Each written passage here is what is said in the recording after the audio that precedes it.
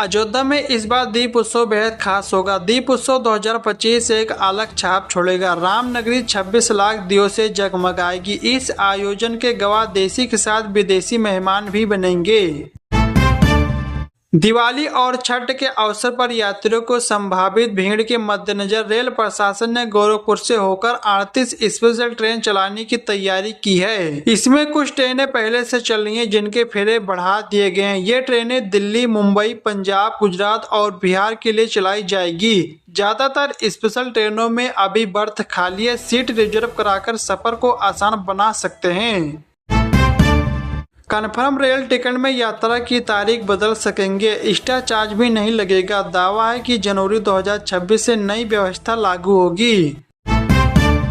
राज्य सरकार ग्राम पंचायत सचिवालय में आधार कार्ड बनाने की सुविधा का शुरू करने का फैसला किया है। इससे ग्रामीण इलाकों के लोगों को आधार कार्ड बनवाने में आसानी होगी, क्योंकि उन्हें अब शहर के चक्कर नहीं काटने पड़ेंगे। प्रशिक्षित कर्मचारी यह काम करेंगे, जिससे पारदर्शिता बनी रहेगी। अयोध्या में 19 अक्टूबर 2025 को होने वाला दीप उत्सव भव्य और दिव्य होने वाला है। 28 लाख दीपों के साथ यह महोत्सव आस्था, परंपरा और भारतीय संस्कृति का विराट उत्सव होगा। इस बार आकाश में 11 से ड्रोन के जरिए रामलीला का लाइव चित्रण होगा, जिसमें लंका विजय से लेकर अयोध्या आगमन तक के दृश्य नजर आएंगे।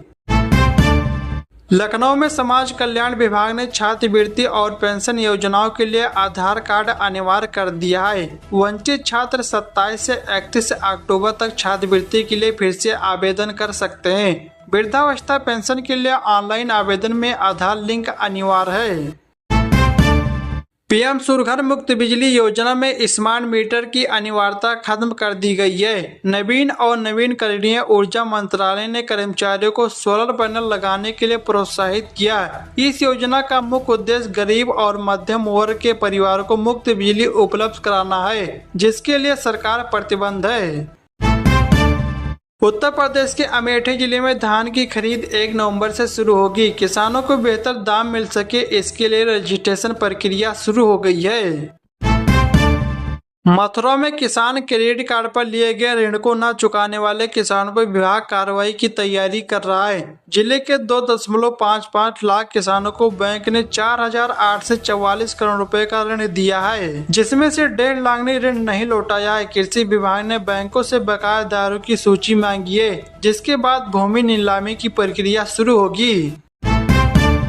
यूपी की योगी सरकार बिजली बकायेदारों को बड़ी राहत देने की तैयारी कर रही है। यूपी की योगी सरकार एक बार फिर से ओटीएस यानी कि एक मुक्त समाधान योजना लाने जा रही है। प्रधानमंत्री उज्ज्वल योजना के तहत लाभार्थियों को 2025-26 में 2 मुफ्त एलपीजी सिलेंडर मिलेंगे। पहला सिलेंडर अक्टूबर से दिसंबर 2025 और दूसरा जनवरी से मार्च 2026 में मिलेगा। आधार लिंक खाते वाले पात्र ही होंगे और सब्सिडी सीधे खाते में आएगी। यह योजना डीबीसी कनेक्शन पर लागू नहीं होगी। उत्तर प्रदेश के रेलवे स्टेशनों पर चार्टिंग डिस्प्ले लगाने का काम शुरू हो गया है। इससे यात्रियों को ट्रेनों और कोच की सटीक जानकारी मिल पाएगी, जिससे उन्हें प्लेटफॉर्म पर अपनी जगह ढूंढने में आसानी होगी। यह डिजिटल इंडिया की दिशा में एक महत्वपूर्ण कदम है, जो यात्रियों को बेहतर अनुभव प्रदान करेगा। जल्द ही यह सुविधा अन्य स्टेशनों पर भी उपलब्ध होगी। सैमसंग का budget smartphone Galaxy M17 Bharat में लॉन्च। AI फीचर्स के साथ 50 मेगापिक्सल कैमरा और 5000 mAh की बैटरी के साथ कीमत 16,499 रुपये है। गृह मंत्री अमित शाह द्वारा घुसपैठों को लेकर दिए गए बयान के बाद राजनीतिक हलचल तेज हो गई है। यूपी के पूर्व मुख्यमंत्री व समाजवादी पार्टी के प्रमुख अखिलेश यादव ने सीएम योगी आदित्यनाथ की तुलना घुसपैठों से की है। दिवाली पर विमान के माध्यम से यूपी आने वाले यात्रियों के लिए सफर लगातार महंगा होता जा रहा है। विमान के किराए सामान्य से 4 गुने महंगे हो गए हैं। अयोध्या में 19 अक्टूबर 2025 को होने वाला दीप उत्सव भव्य और दिव्य होने वाला है। 28 लाख दीपों के साथ यह महोत्सव आस्था, परंपरा और भारतीय संस्कृति का विराट उत्सव होगा। इस बार आकाश में 11 से ड्रोन के जरिए रामलीला का लाइव चित्रण होगा, जिसमें लंका विजय से लेकर अयोध्या आगमन तक के दृश्य नजर आएंगे। लखनऊ में समाज कल्याण विभाग ने छात्रवृत्ति और पेंशन योजनाओं के लिए आधार कार्ड अनिवार्य कर दिया है। वंचित छात्र 27 से 31 अक्टूबर तक छात्रवृत्ति के लिए फिर से आवेदन कर सकते हैं। वृद्धावस्था पेंशन के लिए ऑनलाइन आवेदन में आधार लिंक अनिवार्य है। उत्तर प्रदेश के अमेठी जिले में धान की खरीद 1 नवंबर से शुरू होगी। किसानों को बेहतर दाम मिल सके, इसके लिए रजिस्ट्रेशन प्रक्रिया शुरू हो गई है। यूपी की योगी सरकार बिजली बकायादारों को बड़ी राहत देने की तैयारी कर रही है। यूपी की योगी सरकार एक बार फिर से ओटीएस यानी कि एक मुक्त समाधान योजना लाने जा रही है। चलिए दोस्तों, अगली खबर बताने से पहले इस वीडियो को लाइक करें, शेयर करें और चैनल को सब्सक्राइब करके बेल आइकन प्रेस कर लीजिए। गृह मंत्री अमित शाह द्वारा घुसपैठों को लेकर दिए गए बयान के बाद राजनीतिक हलचल तेज हो गई है। यूपी के पूर्व मुख्यमंत्री व समाजवादी पार्टी के प्रमुख अखिलेश यादव ने सीएम योगी आदित्यनाथ की तुलना घुसपैठों से की है। दिवाली पर विमान के माध्यम से यूपी आने वाले यात्रियों के लिए सफर लगातार महंगा होता जा रहा है। विमान के किराए सामान्य से 4 गुने महंगे हो गए हैं। दिल्ली में 17,000 से अधिक रूफटॉप सोलर प्लांट लग चुके हैं, जिससे पर्यावरण को लाभ और बिजली बिल में कमी आ रही है। सरकार 3 किलोवाट वाला प्लांट पर 30,000 रुपए की सब्सिडी दे रही है, जिससे कुल 1,08,000 रुपए का फायदा हो रहा है।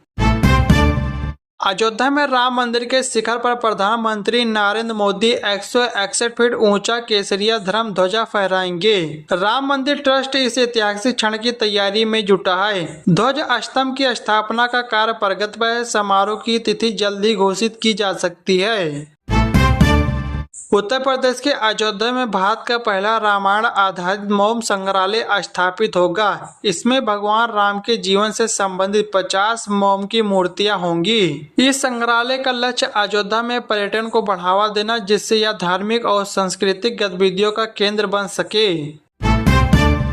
दिवाली पर दिल्ली सहित बाकी दूसरे शहरों में यूपी आने वाले लोगों के लिए रेलवे ने तोहफा दिया है। रेलवे ने इस मौके पर 4,000 अतिरिक्त सीटें बढ़ा दी है। अयोध्या के दीप उत्सव में इस बार रामलीला खास आकर्षक होगी, जिसमें थाईलैंड, इंडोनेशिया, श्रीलंका और नेपाल जैसे देशों के कलाकार भाग लेंगे। रामलीला के मंचन को भव्य बनाने के लिए विशेष मंच और प्रकाश व्यवस्था का उपयोग किया जाएगा। दीप उत्सव भगवान राम के वरमान से लौटने की खुशी में मनाया जाता है। योगी सरकार की अयोध्या को एक और बड़ी सौगात। लखनऊ से रामनगरी के लिए लंदन से आई डबल डेकर बसों का नियमित संचालन शुरू हो गया है। मुख्यमंत्री योगी आदित्यनाथ ने कहा कि सरकार का लक्ष्य है कि हर ग्राम पंचायत में खेल का मैदान हो, ताकि ग्रामीण अंचल के बच्चे और युवा अपनी प्रतिभा को निखार सके। हर ब्लॉक में मिनी स्टेडियम और जिला स्तर पर मुख्य स्टेडियम का निर्माण तेजी से किया जा रहा है।